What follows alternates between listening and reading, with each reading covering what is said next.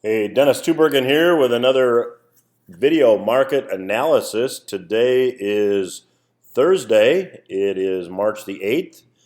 And I want to talk to you today about what's going on in the market because I've had a lot of people comment that the bull market is back. What we saw a few weeks ago was just a normal dip in the market and things are back to normal.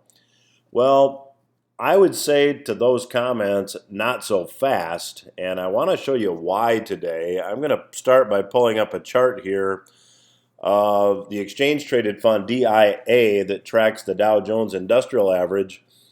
And you can see the recent price action here. If I, in fact, blow this up just a little bit so we can see it a little bit better, you can see that the market reached a high here on January the 26th.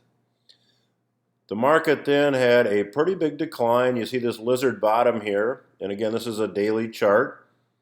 You then saw a rebound, and now we've seen a little bit of a decline from that rebound. Now, in Elliott wave technology, this would be a wave 1 down. This would be a counter trend rally, and now we're about to see wave 3 down. We think that's probably the highest probability. We don't think that the uptrend will continue unless, of course, we see a very unusual chart pattern from here, and that is that we see a new high. We have to go higher than we did on the January 26th high in order to have this uptrend be intact, and it appears that we have a downtrend that may be starting. And I'll give you another symbol here in just a second, and we'll look at it in more detail.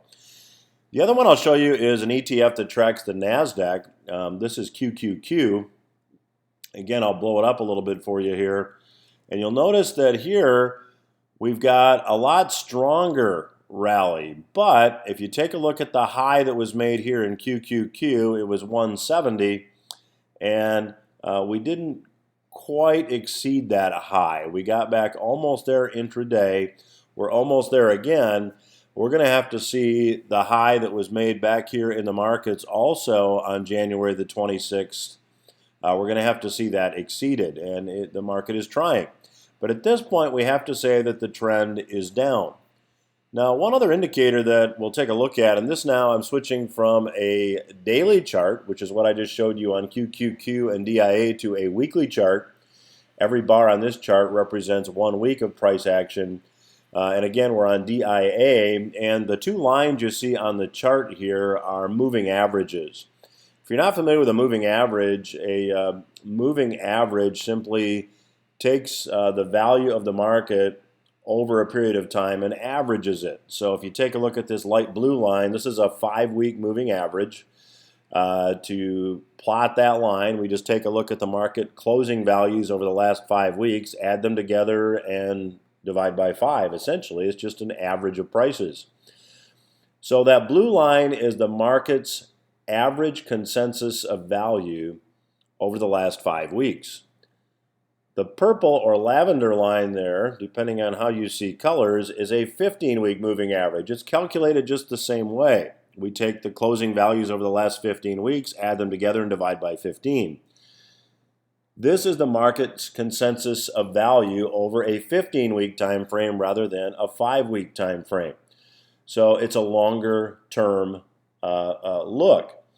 Now, when moving averages cross over, it can often be a turning point. So what we have occurring in the market right now is we see that the market now, over the last 5 weeks, believes that the market is not worth as much, or it's valuing the market at a lower level than over the last 15 weeks. That can be a change in mood, and often you see that change at market tops. Now, if you want to make this even more valid, what we can do is use 3 moving averages. I'll put those lines in, and you can see now that the 5-week is in yellow, the 15-week is in blue, and the purple line is the 30-week.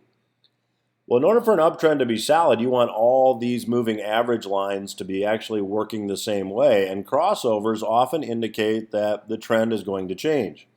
Now, you don't want to make trading decisions based only on moving averages, but if we go back and just take a look at what happened back in 2007 near the market top, you see that these lines actually at a certain point got completely inverted. And when these lines get completely inverted, which happened about here back in January of 2008, often you see a downtrend beginning. And that's exactly what happened. So we're not quite there yet. Maybe we won't get there, but we think that the odds at this point, based on chart structure and based on some of these indicators, favor that. So again, as you move ahead, be cautious. I'm Dennis Tubbergen, and that is today's video market analysis for March 8th.